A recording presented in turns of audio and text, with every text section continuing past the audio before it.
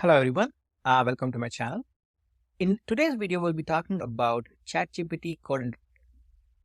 Code Interpreter is a powerful tool that can be used for different purposes, including data analysis, data visualization, and even writing code.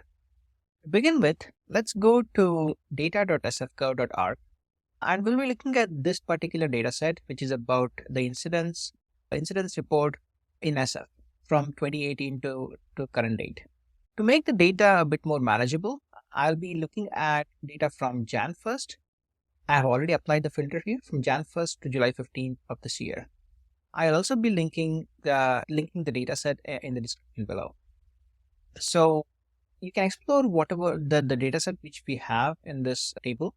We can even include only the necessary columns if you want. But for the purpose of this video, we'll be downloading the whole data set. Click on export as a CSV. Once you have the data downloaded, let's hop on to ChatGPT and make sure that the ChatGPT Code Interpreter plugin is available. Once the plugin is enabled, you can upload the downloaded file. It might take a few seconds to get the file uploaded. Let's see. Cool. It's like the data file is uploaded. Once we upload the data, the file to ChatGPT, what it will do is it will try to understand the CSV file.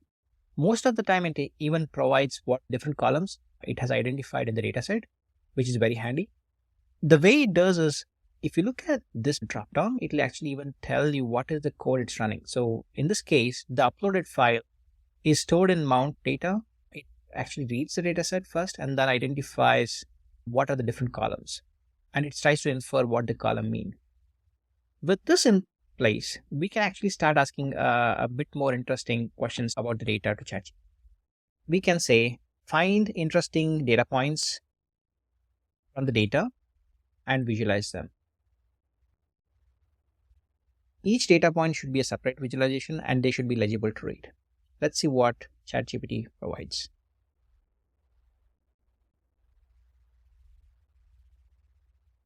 Yeah, as you can see, it's telling that different ways of looking at the data, such as the number of unique incidents per year, what are the most common type of incidents, and incidents by the police district, right?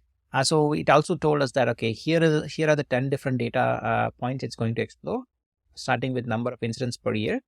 This probably in our case is not that useful because we only have 1 year's data set. But if you have data set for more than a year, you'll probably be able to see a trend line or a bar graph, something of that kind.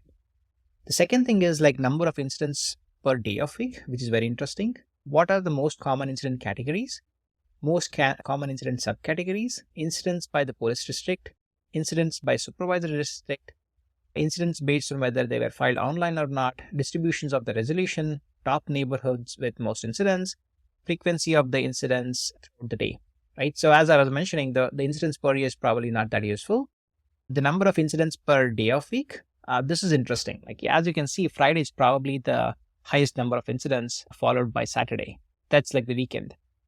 This is not legible. I explicitly asked it to create visualizations. For some reason, it's not able to understand that. Let's ask one more time.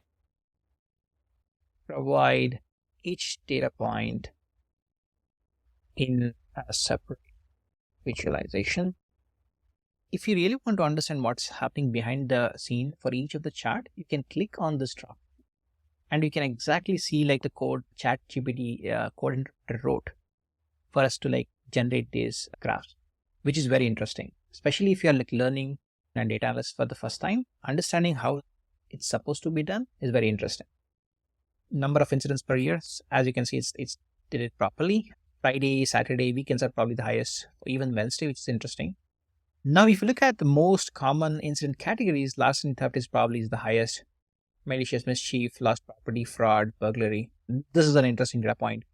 Same thing with the most common incident subcategories, larceny from vehicles. So be very careful if you're going to SF. Vandalism, that's another point. And here is another interesting data. Like say, if you look at the incidents by the police district, Central and Northern are probably the highest in terms of the number of incidents, right? Followed by Southern and Richmond. Now, coming to the next chart, here it says that it's incidents by supervisor district. I actually don't know what the supervisor district maps to. We can probably ask that follow-up question next. Same thing with incidents based on whether they are filed online or not.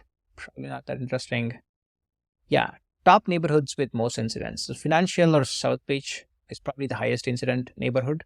Mission, North Beach, south of Market, Russian Hill, Hayes Valley. Yeah, so if you're planning on moving to SF, make sure that you have this data at hand before you can make the decision on where to stay.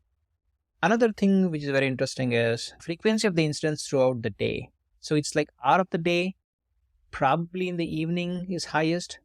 We can actually do a heat map for that. Probably we'll get a better idea. So actually, let's ask that.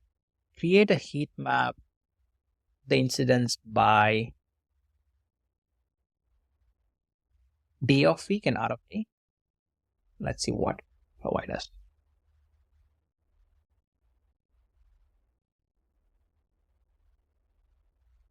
It's a bit slow, but yeah. So this is a very interesting data point, right? So if you look at Monday, nighttime is probably the highest in terms of the incidents happening, right? Another interesting data point is for some reason Wednesday afternoon at 12 and around 8 p.m. or even Monday at 6 p.m. is probably the highest incidence reported. Yeah, this looks like another interesting data point to look at. Another thing what will be interesting is like once you have done all the analysis, we can even probably like say what are the data points, what are the interesting data points can you provide?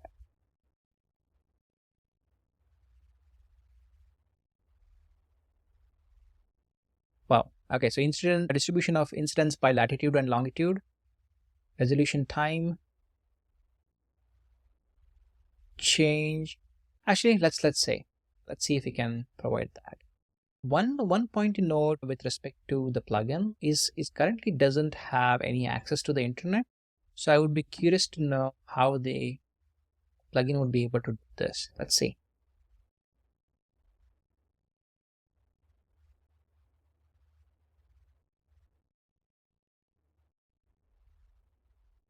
Yeah, so the way a ChatGPT Code Interpreter plugin works is creates a separate virtual environment for running your code writing. So most likely will not be able to like do any kind of like exploit beyond because it's already in a virtual environment. And also for the safety reason, they have basically removed the access to internet. So for most of the distribution, I think if it's just giving the number, it's fine.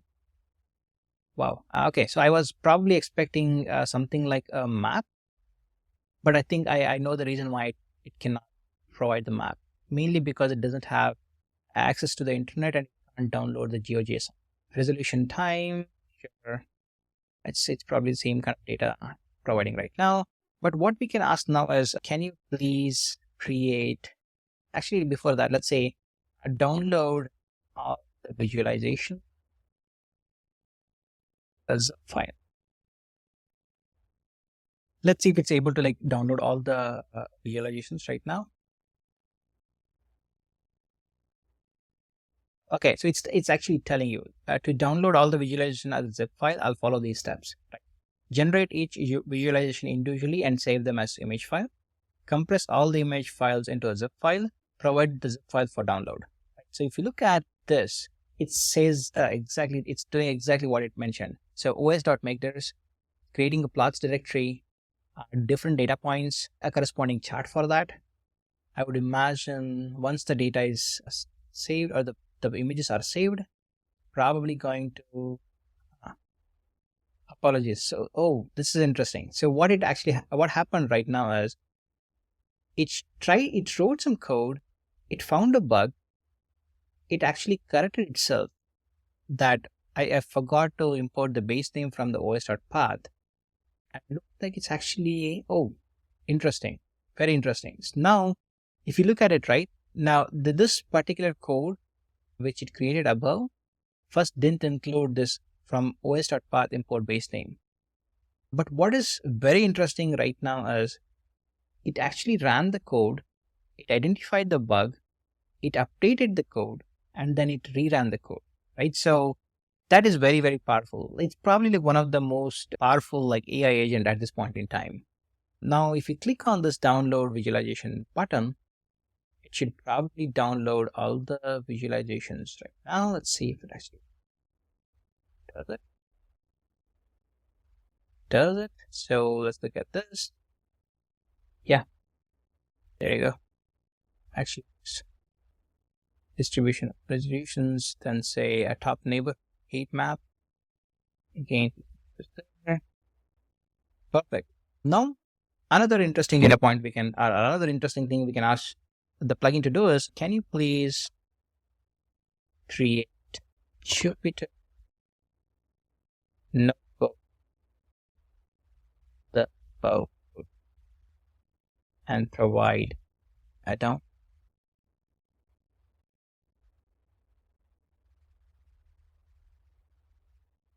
So once you're done with your analysis, you can literally ask it to like take all the code it wrote and then dump it into a Jupyter file. You can use that Jupyter notebook and then like validate the data, what it's providing is correct or not, which I think is cool. Let's see what it's doing. Yeah, it's actually creating the Jupyter notebook for us.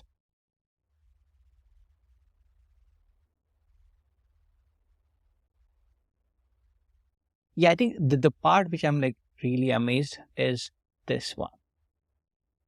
If it can actually identify the bug in the code, fix it and rerun it, I think the things which you can do with this kind of like tool will be enormous.